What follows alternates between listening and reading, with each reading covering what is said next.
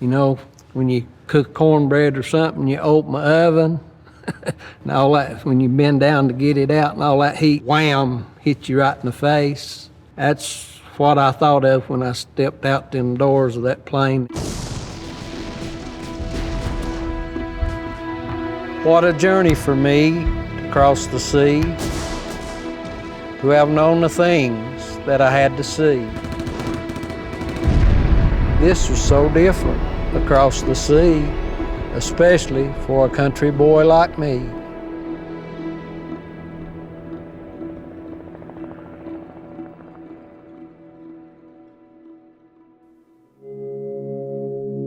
I grew up in Burnsville, North Carolina. We raised all our food. We had milk cows. We raised hogs. I can't really remember going to town when I was growing up. I was 20 when I got drafted. I'd never been on a plane, never been close to one. I was scared to death. My uncle was a master sergeant in the 101st Airborne, so I felt it was like my duty to serve my country. I'm from the Midwest, which is an ag state. Had a lot of farm kids. They were tough kids, but, nothing like this. I went to Vietnam in January of '68. I remember going back into Saigon after the Tet Offensive, and there was dead bodies from one end of the bridge to the other. I just kind of thought, holy shit, it's got to go uphill from here. I was a sniper. If you're shooting, you're the guy that's pulling the trigger, so it's going to haunt you for the rest of your life.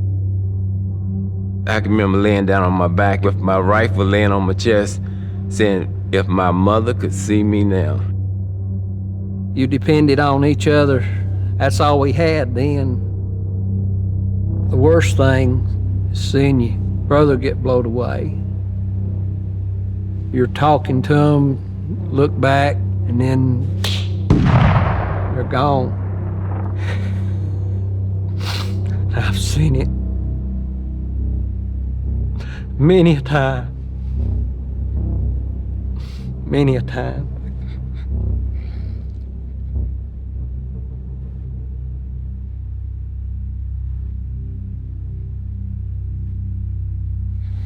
It's still tough for me. When I found out I was going home, my first reaction was, I'm tickled to death. I'll get out of this hellhole.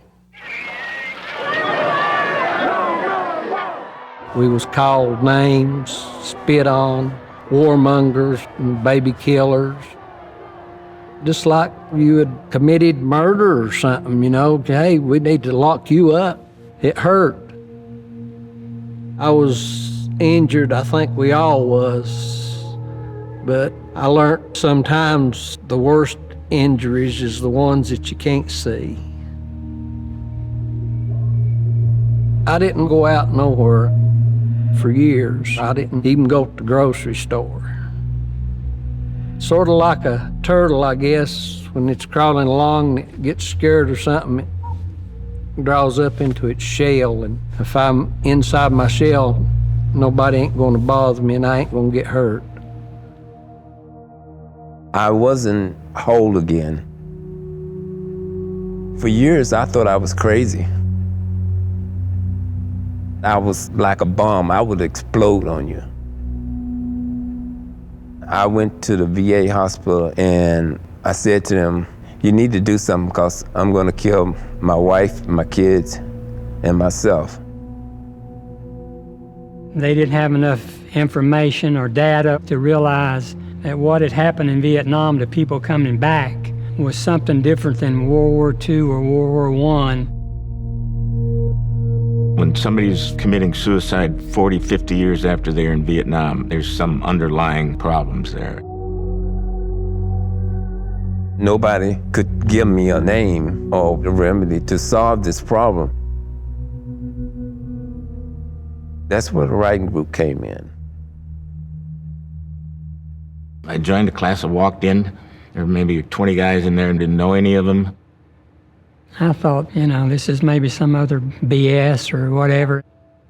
I thought it was crazy how can writing something down help your head. I never was into poetry, but when we first started reading our stories, we thought, hey, you felt the same way that I do. Other fellows' stories would jog your memory of something. Oh, I remember that. Yeah, I was there then. We were all feeding off of each other. People in that room that I was sharing feelings with I hadn't shared for a long, long time knew what I was really talking about. There's no limit here as to what you can say, and just let it come out. I came back the next week and the next week, and I felt free enough to try to express myself. Something just like turned inside, I guess. It can be hard to put war into words. Some local vets find it therapeutic. Emotional stories of war told on stage in Henderson County, a presentation known as Brothers Like These. We all marched out on the stage and sat down. I was nervous, you know. The lights go down out in the audience, so you can't really see anybody other than the first 3 or 4 rows. First of all, I better put on my glasses.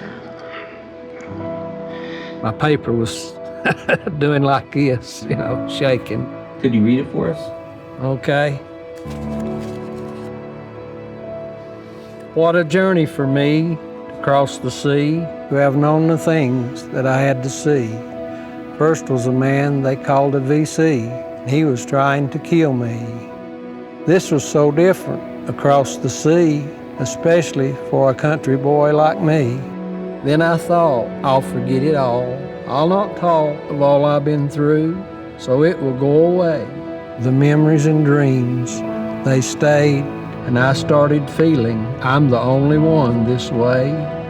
I think of what would my life be if I'd never had to cross the sea. But if I had not, then I would never have met brothers like these. And when I raised my eyes up when I got through, it just done something. Looked over there, and there's one lady, she's crying. Just tears coming down her eyes. I'd never dreamed of nothing like that. It was like a weight coming off me. It felt like the room just filled up with, I guess, love. It's always said our secrets make us sick. That's the story of Vietnam. Being in this group has really let me know that I'm not the only one going through these things. I think of what would my life be if I'd never had to cross the sea. But if I had not, then I would never have met brothers like these.